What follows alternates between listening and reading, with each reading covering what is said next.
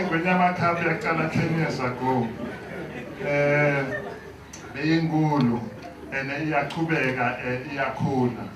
Lokuhle kwayo lokuthi isikhiphela bese uyadlala uCAF Confederations Cup eAfrica. So uyabona ukuthi inkulu kangakanani. Lokunye lokuhle ngale Ngwenyama Cup ihlanganisa ibhola ne-culture mbalenkosi. Sitawucela nje sibongele emakhosini lokuthi ayichase Ingwenyama Cup. Na MVA asimbonge ngoba le tournament le isita lokuthi sine basebholeni sikhona lokuthi si-identify badlali bomake nabobabe ngoba vele siyafuna lokuthi i-national team yethu ikhule ibe inkulu. Njengoba nathi nje ukuthi inkosi yasinikeza i-mandate yathi ifuna kusibona siqualifya eAfrica wakhuluma presentation yona le MVA Ingwenyama Cup.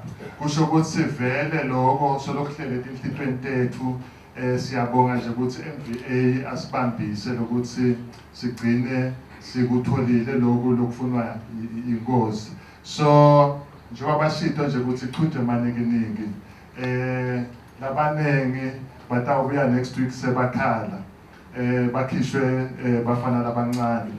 So ke sonke siyavivetela kulamaqembu lesiwafavor. Kuma fans njengoba sishito nje ukuthi kumcoka asilwi kusive asinathi bese siyashayela.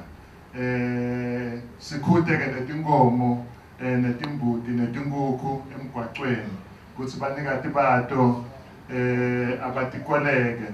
Uyabona ngengabona nje South Africa into lentekako uma ukhanza nje ukuthi inkomo isemgwaqweni noma imbuti noma inkukhu uma kufika lamaphoyisa afika idubula ibulala. Angisho ukuthi akwenteke la kangwane but nje kungasita lokuthi tingoti tingabi tiningi. Nalokunye ke sivame ku-overloada kutasita lokuthi sikhute lokuthi akunga-overloadwa. Angeke ngikhulume ngibe mutse ngalokuthi ukhona minister utasikhulumela thine bema-sport although nangale ka-culture ukhona but nje ngidawushiya lapho. Siyabonga.